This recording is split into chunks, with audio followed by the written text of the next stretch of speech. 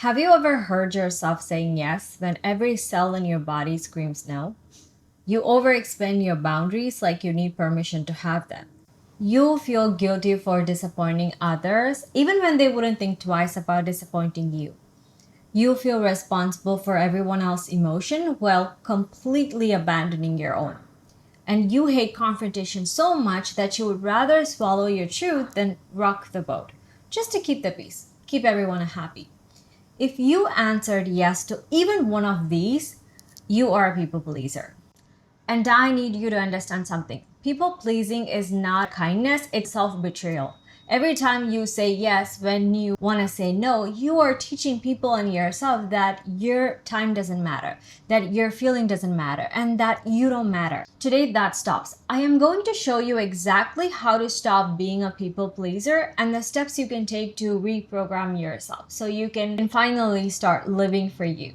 Here's what most people don't understand. People pleasing is not a cause, it's a symptom. There are many reasons why you become a people pleaser, and when you understand why you behave the way you do, you're in a better position to free yourself of this people pleasing tendency. So let's dig into the root cause because you can't fix what you don't understand. From the moment you could understand words, you were taught that being selfless, generous, and kind is a virtue. It's morally right. It's what good people do. You have been brainwashed into thinking that putting everyone else's happiness before your own is noble. So remember those childhood times we were told that share your chocolates with siblings, be a good girl and let your cousin play with your toys even if you don't want to. Don't be selfish, Be the bigger person. and when you finally took a stand for yourself, you were punished. Or worse, you were made to feel like you were being bad. This conditioning doesn't stop in your childhood, it follows you into adulthood. Think about all those cool girl and pick me tropes in movies and TV shows. The woman is effortlessly chill, never demands anything, always goes with the flow. She's not like other girls because she doesn't have emotion, needs, or boundaries. You are programmed to believe this is what makes you lovable. So you follow the script. Be nice, be friendly, don't be inconvenient. Your feelings are not that important. Be helpful and don't ever rock the boat. And then what happens in real life? You get shot and off the stick. You get treated like a doormat. People walk all over you. Because the world doesn't reward people pleaser, it exploits them. Parents are supposed to love you and protect you, but for some of us, that love was conditional or unobtainable. When you behaved, when you were obedient, when you were submissive, when you did exactly what you were told, they showed you love. The moment you stepped out of the role they assigned you, they withdrew it. As a child, you were vulnerable. Your survival depended on your parents' love and approval. So you learned to people please them. You adapted, you performed, you did what exactly they tell you to do. In a way, you were trained to be a people pleaser, but you're no longer that child. Your survival doesn't depend on your parents anymore. It doesn't depend on anyone. You don't need to earn love anymore. It's time to unlearn everything you have learned and reprogram yourself and give yourself the love that was made conditional. In some dysfunctional families, one child becomes the emotional caretaker for everyone else. Often it's the older child, yet you had to placate everyone, and you sort of becomes the second parent for your younger siblings.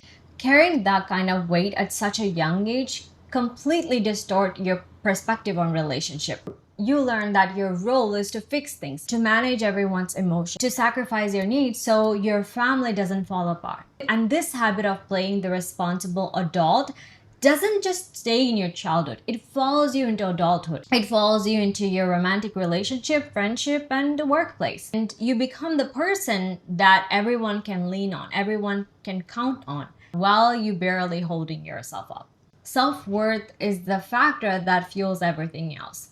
If you're deeply insecure and if you believe that you're not enough, that no one could love you as you are, you try to earn that love through service. You think that there is nothing about me that is inherently likable, so I need to make myself useful. So you believe you're only worth something as long as you are serving others. No child is born thinking they are lacking. We are programmed into believing this kind of narrative. Since you think so little of yourself, you assume no one would like you for you. So to compensate for your insecurity and lack of self-worth, you give. You make sure that everyone else is pleased with you. Even that means sacrificing your mental health, physical health, and happiness. Growing up, I watched my mom play this role many times. She would cook elaborated meals for people who don't deserve it and do all the chores. All she wanted was maybe a appreciation, maybe a thank you, and she never got them. Maybe in the beginning they might have thanked, they might have appreciated, but that's a thing. Once they get used to you serving them, helping them, doing more for them, they get used to it. Like it was your unpaid job, they become so ungrateful. And sometimes they would even criticize your help. Anytime you place your self-worth in what other people think or feel about you, you will always feel unworthy and you will always be disappointed in your life. Because this is what I've learned in my life. The true love and the true acceptance we are looking outside for, it has to come from within. In some culture, people pleasing isn't just encouraged. It's praised as a mark of a good woman. Growing up, I saw this play out over and over again. There was this woman in my family, a relative. My mom used to take me to her house. She was always in the kitchen, cooking, cleaning, serving, and in their home, men ate first. So she would stand there quietly serving her husband and everyone else. And only after everyone else was finished would she sit down to eat the leftovers. And then immediately she would get up to do the dishes. And that was her daily life. And years later, she developed stomach illness. I don't exactly know all the medical details.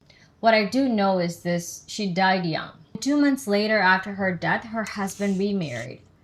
And it came out later, while she was sick, while she was dying, her husband had been having an affair with a neighbor. Let that sink in. She sacrificed her sleep, skipped meals, never worked out, never took time for herself, all to be the selfless woman that everyone praised. It didn't even save her marriage. It didn't even earn her loyalty. It didn't even buy her human decency. Don't let your life be a cautionary tale. As a woman in this generation, we are so lucky. We have what the previous generation didn't have. We have the internet, we have a voice, we have the chance to look at history so we don't repeat it. We get to make history. Now that you understand why you do this, I don't want to make this video too long. So in the next video, I will be showing you how to stop people pleasing and reprogram yourself to prioritize your own life. See you guys in the part 2. Bye.